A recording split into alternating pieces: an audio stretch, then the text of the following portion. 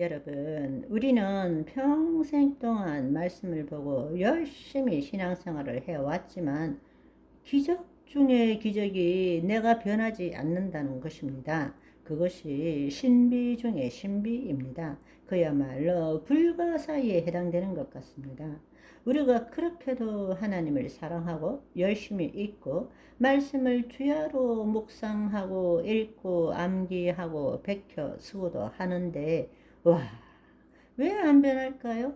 그래서 우리는 그 문제에 대해서 그동안 알아보았고 한 걸음 더 나아가서 오늘부터 되찾아야 할 자녀의 보이지 않는 영토, 우리가 그 영토를 다시 수복함으로써 되찾음으로써 마귀의 통치를 무력화시키고 뜻이 하늘에서 이룬같이 땅에서도 이루어지도록 하는 삶을 살았으면 좋겠습니다. 우리는 구원받아 새로운 피조물이 되었지만 우리의 혼과 몸은 여전히 옛날 구습대로 살기 때문에 하나님께서는 우리의 혼과 몸을 새롭게 하기 위해서 주신 것이 바로 말씀이라는 것입니다.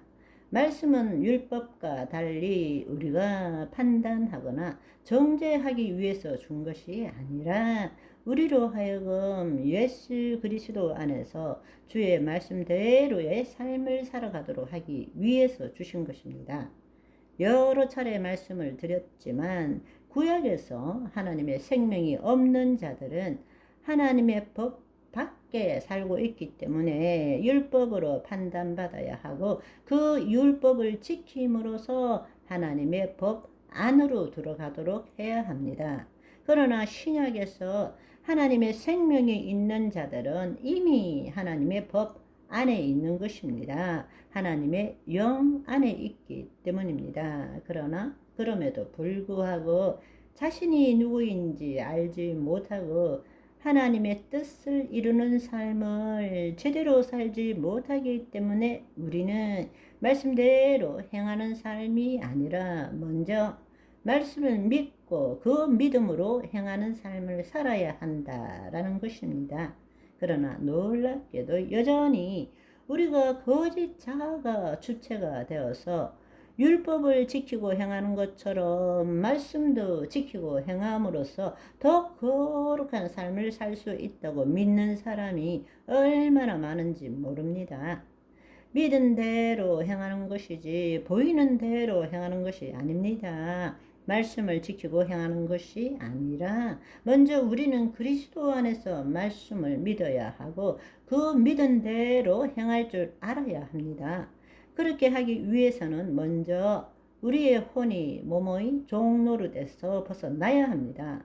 우리는 그리스도의 영 안에 우리의 혼이 거함으로 그리스도 의식으로 말씀대로 세상을 볼 줄 알아야 합니다. 내 경험과 지식으로 세상을 보는 것이 아니라 말씀대로 세상을 볼 줄 알아야 합니다. 그러나 그것은 우리의 믿음으로 가능한 것이 아니라 우리가 하나님의 영 안에 들어갈 때 예수 그리스도 안에 있는 믿음으로 가능한 것입니다. 영이요 생명이신 말씀대로 이루어진 것을 우리는 그 말씀대로 생각하고 느낌으로써 말씀대로 이루어진 것을 우리의 심중에 심어야 하는 것입니다. 그럴 때 우리는 그 심중이 바로 보이지 않는 세계의 실상을 가지는 것과 같다라고 말씀을 드렸습니다. 율법은 하나님의 생명이 없는 자들의 육체의 죄를 판단하고 이 세상에서 지켜야 할 법이지만 말씀은 하나님의 생명이 있는 자들에게 그 육체를 새롭게 하기 위해서 하나님 나라에서 이루어야 할 법이라는 것입니다. 하나님 나라 법이라는 것은 하나님의 통치의 법이고 그것은 바로 영이고 생명이란 뜻입니다.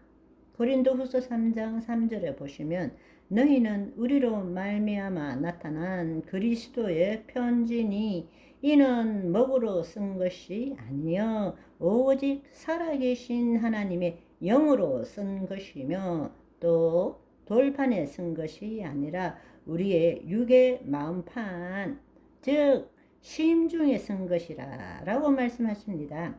율법은 우리의 육체가 판단받아야 할 외부에 있는 기준이지만 영요 생명인 말씀은 우리 영 안에 임하셔서 우리의 몸을 통치하는 법인 것입니다. 따라서 율법은 거짓자의 의식으로 지키고 행해야 할 법이고, 반면에 말씀은 새로운 그리스도 의식, 즉 그리스도 안에 새로운 피조물이 된 자들이 그리스도 의식으로 우리 몸을 통하여 이루어야 될 법이라는 것입니다.